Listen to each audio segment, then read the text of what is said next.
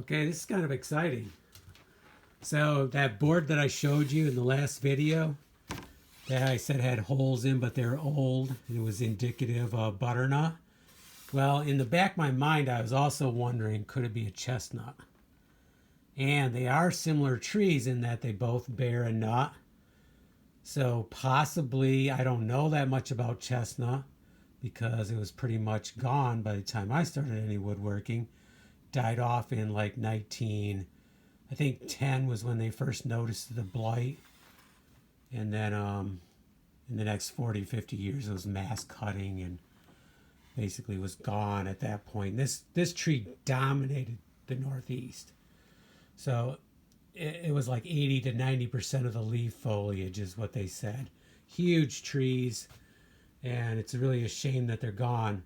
But this came out of a barn that was quite old, and it was a woodworker who appreciated woods because I bought all the lumber in the top of this barn, and this person had some nice selections. So here is a butternut. I knew I had some right here. This is a butternut. If you look at the grain structure, so it's pretty tight. And better yet, here's some examples of those holes I was talking about. No bug activity though. Totally safe to use. Now look at this one. So we do have the holes, but look at the grain. Much wider pattern. Love this curly right there. Isn't that nice?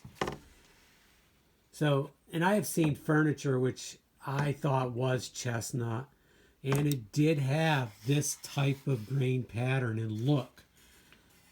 I did not notice any holes. They probably would not have used it back in the day. This piece was tongue and grooved, I think, for a subfloor. So that would make sense. They were mass cutting these trees and using the lumber wherever they could. So why not use it on a subfloor? This board just happened to be taken out. Obviously it was nailed or something at one point and taken out. So thankfully whoever took it out, I'm guessing might have had an indication in their mind that this was chestnut. And look at how nice it looks planed off. And there's a color difference too. I don't know if you can see in the video, but this one's got like a reddish hue to it, maybe. This one's a much browner hue.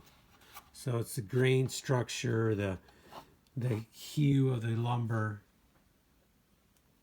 So I feel very confident we have a chestnut board here. So I'm gonna have to think of some really nice project to use this on. And I'm excited. I was given a piece of chestnut years ago. And honestly, I can't remember if I used it or if it's still in the shop someplace. But it could be still in the shop. But I might have used it. I just don't remember. Okay. I'm quite sure we have a piece of chestnut. American chestnut. Yep. As opposed, there is a Chinese chestnut, but that doesn't get the blight. And they are back hybrid, doing crossbreeding to try to bring back the American chestnut. And I actually have some right outside the door here. I planted about, I don't know, 15 years ago. Just step out and take a look at them. So it's these 5 right there. And they have thrown off some chestnuts. It's not a great place for them. I don't have any open land. They should have been planted like in a field or something where they could just sprawl out and grow. Here they want to lean towards the open area. Okay. Chestnut boards. Very cool. Makes me wonder if I have more. There wasn't any more with this one though, so gonna have to keep an eye out for any tongue and groove that were pulled out, because maybe if they pulled one out, they might have pulled more out.